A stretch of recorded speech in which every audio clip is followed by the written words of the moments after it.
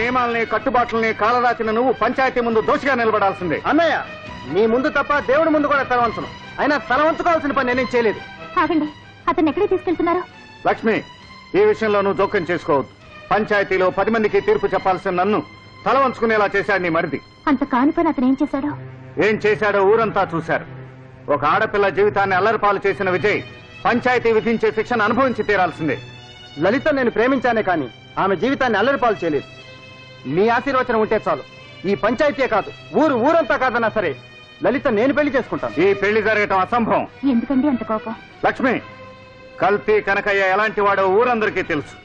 తన లాభాల కోసం పసిపిల్లల ప్రాణాలు తీయటానికి కూడా వెనకాడిన దుర్మార్గుడు. అలాంటి వాడింటికి విజయ్ అల్లుడు కావడానికి ఎట్టి పరిస్థితుల్లోనూ వీల్లేదు. కనకయ్య ఎలాంటి వాడైనా పిల్ల మంచిదండి. గంజాయి వనంలో తులసి మొక్కలాంటిది. అలా కాకపోతే వెనక ముందు ఆలోచించకుండా విజయ్ మనసివ్వడం. అలా కాక వాడు తీసుకునేది తొందరపాటు నిర్ణయం అయితే వాడి జీవితం సర్వనాశనం అవుతుంది. లక్ష్మి, మీరు కోపం తెచ్చుకోనంటే ఒక్క మాట.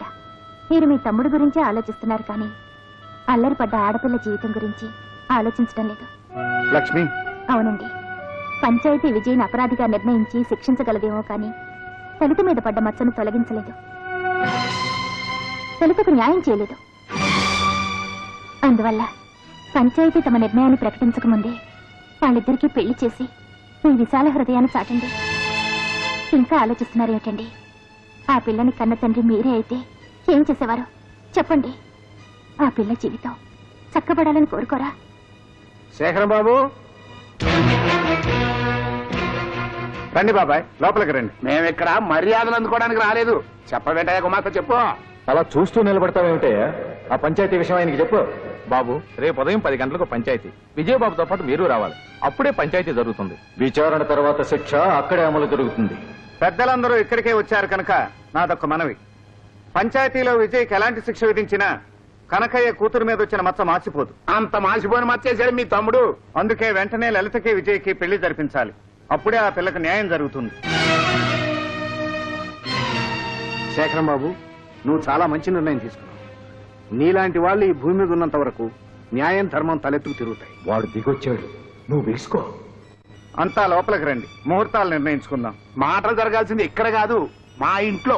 మీరు తాంబూలాలు పుచ్చుకుని మా ఇంటికి వచ్చి పిల్లని అడిగితే అప్పుడు ఆలోచిస్తా. దెబ్బ కొట్టావు కనకయ్య. ఊరికి ప్రెసిడెంట్ అయినోడిని నా ఇంటికి పాలికాపులాగా తిప్పించుకున్నాను చూడు. అది సరే, ప్రెసిడెంట్ ఇక్కడికి వస్తాడా అని. నా తమ్ముడి ఆనందం కోసం ఇక్కడికే కాదు, నడి రోడ్డు మీదకి రమ్మన్నా సంతోషంగా వస్తాను. తాంబూలాలు తీసుకో. తాంబూలాలు పుచ్చుకోబోయే ముందు మాట్లాడుకోవాల్సిన విషయాలు చాలా ఉన్నాయి. అవన్నీ పెద్ద మనిషిగా ఈయన నా తరఫున మాట్లాడతాడు. చూడండి శేఖరం గారు, మీరు విజయ్ సవత అన్నదమ్ములని అందరికీ తెలుసు. నా తమ్ముడు ఆనందమే నా ఆనందమని ఇవాళ నువ్వు ఈ పెళ్లికి ఒప్పుకోవచ్చు, రేపు నా అల్లుడి చేతిలో చెప్పబెట్టచ్చు. కనకయ్య, తాంబూలాలు తీసుకోవటానికి ముందు అన్నదమ్ముల ఆస్తి పంపకాలు జరగాలి. ఇల్లు 2 భాగాలు కావాలి. 2 భాగాలు అయ్యేది మా ఇల్లు కాదురా, నీ శరీరం. విజయ్ అది ఉండనయ్యా. సవితానదమ్ములు అన్న మాట వీడి నోటమ్మట వచ్చేందుకు నాలుగు చీల్చా. విజయ్, అతను అనకపోతే మాత్రం మీ ఇద్దరు సవితానదమ్ములు కాకుండా పోతారా? చూడు విజయ్, ఈ ఆస్తి పంపకాలు జరిగితేనే ఈ పెళ్లి జరుగుతాయా? బాగా చెప్పారు. అయితే నాకు ఈ పెళ్లి అక్కర్లేదు. విజయ్, నువ్వు ఉండు. కనకయ్య, ఆస్తి పంచడానికి నాకేం అభ్యంతరం లేదు. కావాలంటే ఆస్తి అంతా విజయ్ పేరే రాస్తాను. నో, అలా జరగటానికి వీల్లేదు.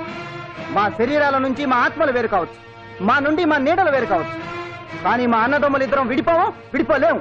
విజయ్, మనసులో మమకారాలే నాన్నగారు మనకిచ్చిన ఆస్తి. వాటి పంపకాలను వీళ్ళెవరూ చేయలేరు.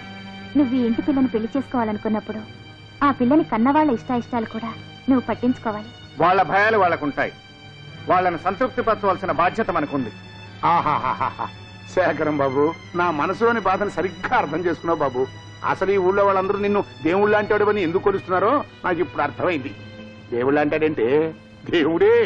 ఈ మాటల్లో మాత్రం కల్తీ లేదులేండి, మనసులో నుంచే చెప్తున్నారు. ఎవరి మనసులో ఏమన్నా నేను ఈ పంపకానికి అంగీకరించను. విజయ్, నువ్వు కాదనేది పంచాయతీ నిర్ణయాన్ని, పంచాయతీ పెద్దల మాటను. పంచాయతీ పెద్దలు నాకు ఏ శిక్ష విధించినా సరే షరతులతో కూడిన ఈ పెళ్లి నాకు అక్కర్లేదు. నువ్వు ఒక్కడవే నిర్ణయం తీసుకుని వెళ్తే ఎలా? నేను చెప్పేది కూడా విని వెళ్ళు. ఏమిటది? మన ఇద్దరు ప్రేమించుకున్నాం, పెళ్లి చేసుకోవాలని కూడా నిర్ణయించుకున్నాం. ఇప్పుడు ఈ నిర్ణయం కూడా మనమే తీసుకోవాలి. పెద్దలందరూ వినండి. ఇద్దరు అన్నదమ్ముల్ని విడగొట్టి ఓ ఇంటిని 2గా చీల్చడం మేము ఒప్పుకోం.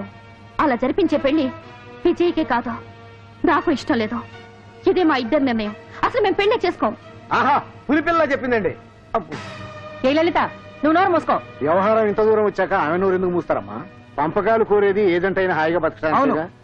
మరి ఇప్పుడు ఆదంటే పంపకాలతో కూడిన పెళ్లి అక్కర్లేదంటున్నారు.